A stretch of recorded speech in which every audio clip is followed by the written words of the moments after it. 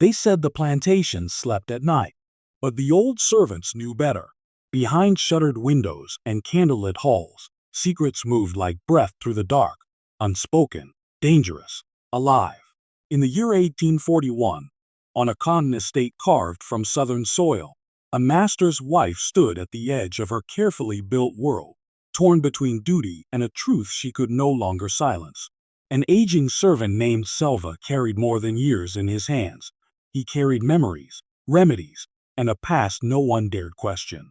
What unfolded between them would change every life on the land forever. Before we begin, let me tell you this. Stories like this were never written down. They were whispered, passed from servant to servant, from generation to generation. This story comes from those whispers, shaped by memory, pain, and quiet courage. Names have been softened by time, but the emotions remain real. What you are about to hear is told in the way it was remembered, slowly, carefully, and with respect for every soul involved. The master's wife surrenders to the old servant Selva's rough, experienced hands. If you enjoy powerful historical stories that feel real, meaningful, and unforgettable, please like this video, subscribe to the channel, and share your thoughts below. The plantation of Red Willow rested beneath a wide southern sky, its white columns standing proud against fields worked by weary hands. Life there followed strict lines, master above all, overseer enforcing order, servants surviving quietly in between. Selva had lived on that land longer than anyone could remember. His back was bent with age, his hair silvered by time, but his eyes still held sharp awareness. He was known not for strength, but for knowledge, roots, poultices, and a dark healing salve he prepared from ash and herbs. Mrs. Eleanor Whitcombe had arrived at Red Willow as a young bride full of hope. Years later, she was something else entirely, graceful, distant, and deeply alone. Her husband ruled the estate with cold precision, leaving little space for tenderness. Eleanor learned to hide her thoughts behind polite smiles and proper silence. When illness struck her suddenly, fevered nights and aching joints, the master summoned Selva, not out of kindness, but necessity. Selva entered her chambers with careful steps, eyes lowered, hands steady. He spoke softly as he worked, explaining each motion, each remedy, never crossing a line, never forgetting his place. Yet Eleanor noticed something rare in him, respect without fear. As Selva applied the dark salve to ease her pain, memories surfaced, of choices unmade, of loneliness endured. Their conversations remained quiet, almost invisible to the world, but something began to shift. Not desire, but trust. Not rebellion, but recognition. Neither of them knew it yet, but the smallest moments often carry the greatest consequences. As the weeks passed, the hush surrounding Mrs. Whitcombe's illness faded, but the quiet presence of Selva did not. He was summoned not only when pain returned, but when questions did. The master dismissed these visits as practical matters, an old servant tending to a fading discomfort. Yet beneath that plain explanation, something far more delicate was unfolding. Eleanor began to wait for the sound of Selva's careful steps in the hallway. He never arrived unannounced. He knocked softly, as if the walls themselves deserved respect. When he entered, he spoke little at first, letting silence do its work. In that silence, Eleanor felt something she had not felt in years: safety. Selva spoke of plants gathered before sunrise, of remedies learned from elders long gone. He never boasted, never exaggerated. His knowledge came wrapped in humility, shaped by years of listening rather than commanding. Eleanor, raised among polished conversations and strict rules, found herself listening as if to a different world, one closer to the earth, and somehow closer to truth. Outside the house, whispers began. The overseer's son, Thomas Hale, had noticed the old servant's frequent visits. Thomas himself carried a quiet conflict. He had grown fond of a young enslaved girl named Layla, whose laughter softened the hardness of the fields. He understood what it meant to care for someone you were not supposed to see.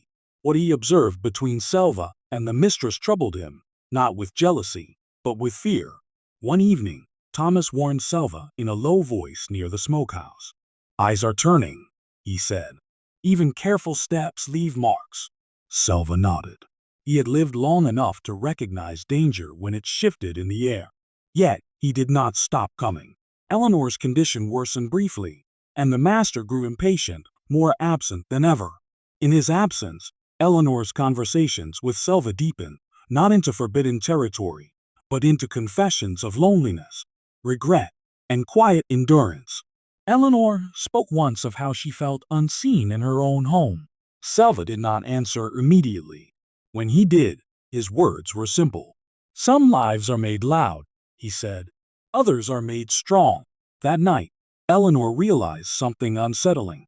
Selva saw her not as mistress, nor as patient, but as a woman carrying invisible weight. And Selva, in turn, was no longer just an old servant to her. He was a witness. The bond forming between them was not named, not acknowledged aloud. But bonds do not require permission to exist. They grow in shared silences, in glances held a moment too long, in trust built where none was meant to be. And somewhere within Red Willow's walls, that fragile bond was being watched by those who feared what change might bring. The turning point came not with a shout, but with a silence so heavy it seemed to press against the walls of Red Willow. It was late autumn when the master returned unexpectedly from a business trip, his boots still dusted with road dirt, his mood sharp and unsettled. He found the house too quiet, his wife pale and withdrawn, the servants tense in a way that could not be explained by routine alone. Suspicion, once planted, grows quickly in hardened soil. That same evening, Eleanor's illness flared again, stronger than before. Fever left her trembling, her breath shallow and uneven. The house physician had failed her more than once, and desperation overruled pride. Against his better judgment, the master ordered Selva to attend her once more, warning him with a stare that carried threat more than instruction. Selva entered the chamber as he always had, steady, respectful, eyes lowered. He worked carefully, mixing the dark salve with warm water, murmuring calm assurances meant as much for Eleanor's fear as for her pain. But this night was different. Eleanor's hand caught his sleeve, not in need, but in urgency. "You must listen," she whispered. "They are watching." Before Selva could respond, the door opened. The master stood framed by lamplight, his expression unreadable at first, then hardening as his gaze fell on the scene before him. No impropriety, no crossed lines, only an old servant tending his wife. And yet, something deeper, something unspoken, hung in the air. "What is this?" he demanded. Eleanor gathered her strength and spoke before Selva could. Her voice shook, but it did not break. She spoke of her illness, of the remedies that had succeeded where others failed, of Selva's years of service and quiet dignity. She did not speak of trust. She did not need to. The master dismissed Selva sharply, his jaw tight with anger that had no clear target. But once Selva was gone, words erupted, accusations, resentment, years of neglect spilling into the open. Eleanor's voice rose for the first time in their marriage, not in defiance, but in truth. Elsewhere on the estate, Thomas Hale made a choice of his own. Realizing that Selva's life now hung in the balance, he quietly arranged for Selva to be moved to the far edge of the property under the excuse of reassignment, away from the house, away from danger. By morning, Red Willow felt changed. The storm had not destroyed it, but it had exposed its weakest beams. Eleanor lay awake, staring at the ceiling, knowing something had ended. And something else, uncertain, fragile, and irreversible, had begun. The days after the confrontation moved slowly, as though Red Willow itself were holding its breath. No one spoke openly of what had happened, yet everyone felt the shift. The master became distant, spending long hours away from the house, his authority intact but unsettled. Orders were given more sharply, patience thinner than before. Silence had replaced certainty. Selva's reassignment placed him near the old storage sheds at the far end of the estate, where the fields thinned into woods. The work was lighter, but the isolation heavier. He understood the reason without being told. Survival had always depended on knowing when to step back, when to let the dust settle. Still, his thoughts often returned to the quiet room where trust had once been shared in whispers. Eleanor recovered slowly. Her strength returned, but her spirit carried a weight no remedy could ease. She moved through the house like a guest in her own life, careful, observant, newly aware of the fragile structures holding everything together. She noticed how easily lives could be shifted, hidden, reassigned, how close compassion could come to danger. Once, under the cover of a routine delivery, Eleanor sent word to Selva through a kitchen maid. It was brief and cautious, only thanks, nothing more. Selva received it without visible reaction, but he folded the paper carefully and placed it among his few possessions. Gratitude, in that world, was a powerful thing. Meanwhile, Thomas Hale felt the strain of his quiet intervention. His father, the overseer, questioned the reassignment more than once. Thomas deflected with half-truths and vague explanations, understanding that even good intentions carried risk. His own bond with Layla remained hidden, strengthened by shared fear and shared hope. He now understood that love, in any form, demanded sacrifice. As winter approached, Red Willow returned to routine on the surface. Work continued. Meals were served. The house remained standing, but underneath, something had changed. Eleanor no longer sought escape in silence alone. She began small acts, extra blankets distributed, punishments quietly softened, Selva's remedies discreetly shared among the servants. Selva, from his distant post, continued his work with the same steady care. He asked for nothing, expected nothing, yet he knew his presence had altered the course of another life, just as hers had altered his. The crisis had passed, but its echoes remained, reshaping choices, redefining strength, and preparing each of them for what lay ahead. Because once truth surfaces, even briefly, it can never fully be buried again. Spring returned to Red Willow with a gentler light, and with it came a quiet settling of what had been shaken. The master resumed his routines, outwardly unchanged, though something in him had hardened into distance rather than command. He and Eleanor moved through the same spaces, shared the same table, yet lived in separate worlds shaped by unspoken understanding. Neither mentioned the night that had altered everything, but both lived with its memory. Eleanor's role on the plantation changed in ways few could see. She no longer measured her worth by approval or silence. Instead, she found purpose in careful stewardship, small mercies that carried meaning far beyond their size. She listened more.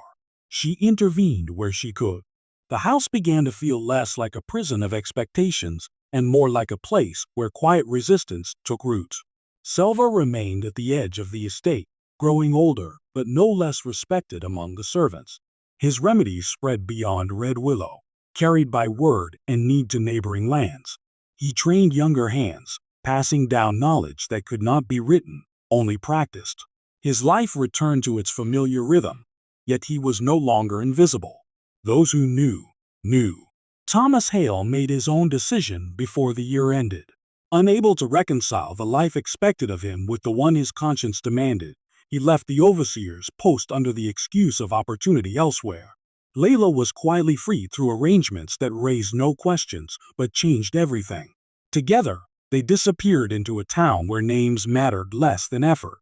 Their future was uncertain, but it was theirs.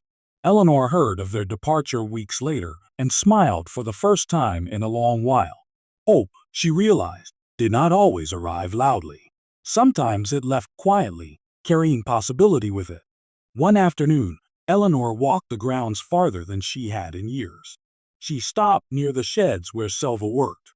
Their eyes met briefly, no words spoken, no steps taken toward one another. None were needed. The understanding between them had matured into something steady and respectful, shaped by restraint and shared truth. They parted that day as they had always lived, within the boundaries imposed upon them, but stronger for what they had endured. Red Willow continued on, as all places do, but the lives within it had been quietly, irrevocably changed, and in those changes lay the true resolution, not triumph, not tragedy, but endurance. Years later, when Red Willow no longer bore its original name and the fields had passed into unfamiliar hands, people still spoke of the old days in lowered voices, not of grand events or famous men, but of quiet figures whose choices lingered long after they were gone. Selva lived to a great age. By the time his hands finally trembled too much to grind herbs, others had already taken his place, men and women who carried his knowledge forward with care and respect.